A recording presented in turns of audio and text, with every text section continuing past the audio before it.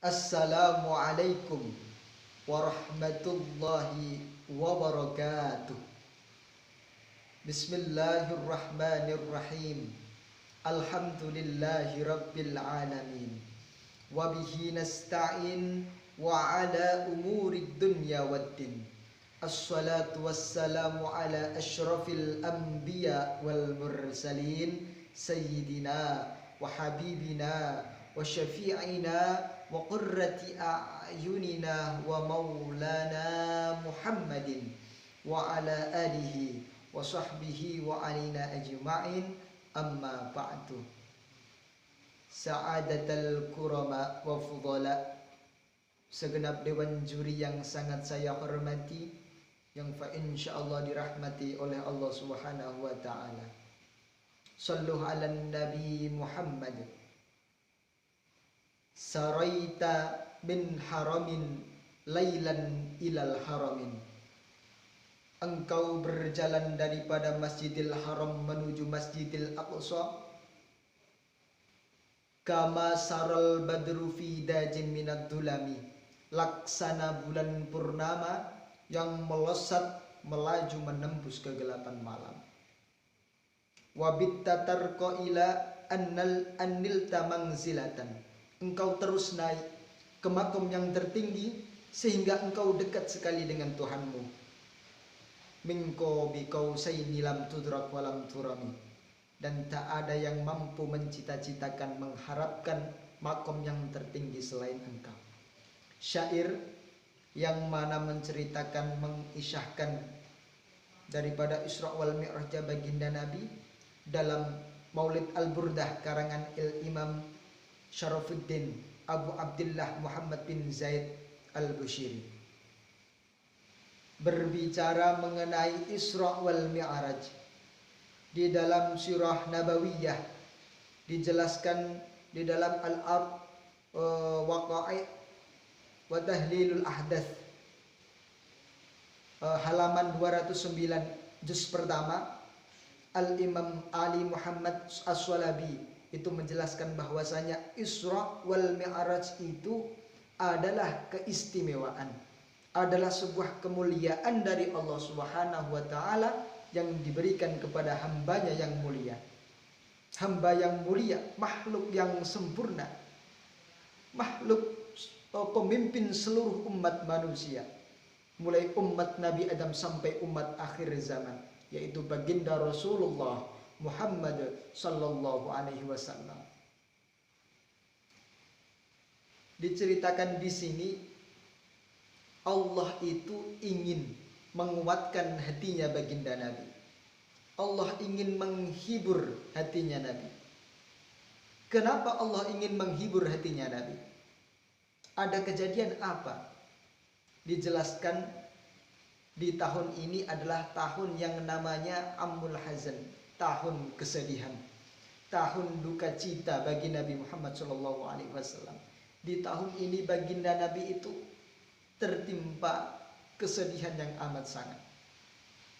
Yang pertama, umat Islam, kaum muslimin itu diembargo oleh orang-orang Quraisy di dalam ranah politik, di dalam ranah ekonomi. Nabi, keluarga Nabi, sahabat Nabi, bahkan seluruh umat Islam itu dibuat tak berkutik oleh orang-orang Quraisy. Yang kedua, wafatnya paman yang tercinta, yaitu Abu Talib, paman yang mana selalu di barisan terdepan membela perjuangan baginda Rasulullah Muhammad SAW. Yang ketiga, wafatnya istri yang tercinta, istri yang setia, istri yang mana selalu mengorbankan jiwa raganya, mengorbankan harta bendanya demi perjuangan baginda Nabi Muhammad SAW. Maka dari itu Allah kemudian ingin menghibur hatinya Nabi. Di dalam hati dengan keadaan resah gelisah, Allah ingin menghibur hatinya Nabi dengan mengisra mi'rajkan baginda Rasulullah Muhammad SAW. Lalu apa dari perjalanan Isra Mi'raj, baginda Nabi mulai dari Masjidil Haram ke Masjidil Aqsa. Dari Masjidil Aqsa naik ke Sidratul Muntaha dan turun kembali mendapatkan wahyu sholat 5 waktu. Apa hikmah yang bisa kita ambil? Salah satunya adalah dijelaskan di dalam surah Nabawiyah Ad-Durus wa Ibar.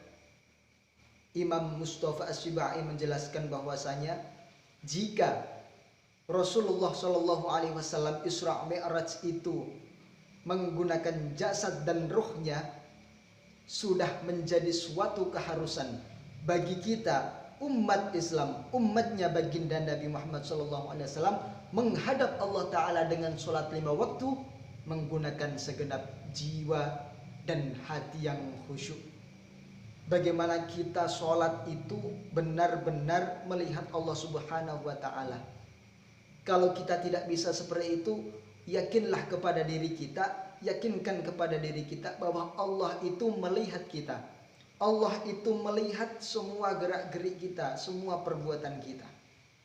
Maka ketika khusyuk itu akan sudah tertanam, hasilnya adalah kita akan malu menuruti segala syahwat dan hawa nafsu. Kita akan malu berkata bohong. Kita akan malu berkata yang tidak benar, berkata bohong dan tidak benar. Kita akan malu mencaci orang. Kita akan malu melanggar segala perintah Allah dan menjalankan segala larangan Allah. Kita akan malu sekali. Maka dari itu akan berlaku, ketika sudah terjadi itu akan berlaku di dalam diri kita, tertanam di diri kita bahwa firman Allah, innas sholata tanha 'anil fahsya'i wal munkar. Salah satu hikmah yang dapat diambil dari pelajaran diambil dari Isra Mi'rajnya baginda Nabi Shallallahu Alaihi Wasallam. Terakhir kali saya mengucapkan selamat hari lahir pimpinan ranting desa IPNU IPPNU Desa Kedung Cino. Semoga di dalam berkhidmah mendapatkan semoga amanah, semoga istiqomah dan mendapatkan barokah. Amin ya rabbal alamin. Wal afu minkum wallahul muwafiq ila aqwamit thariq. Wassalamu alaikum warahmatullahi wabarakatuh.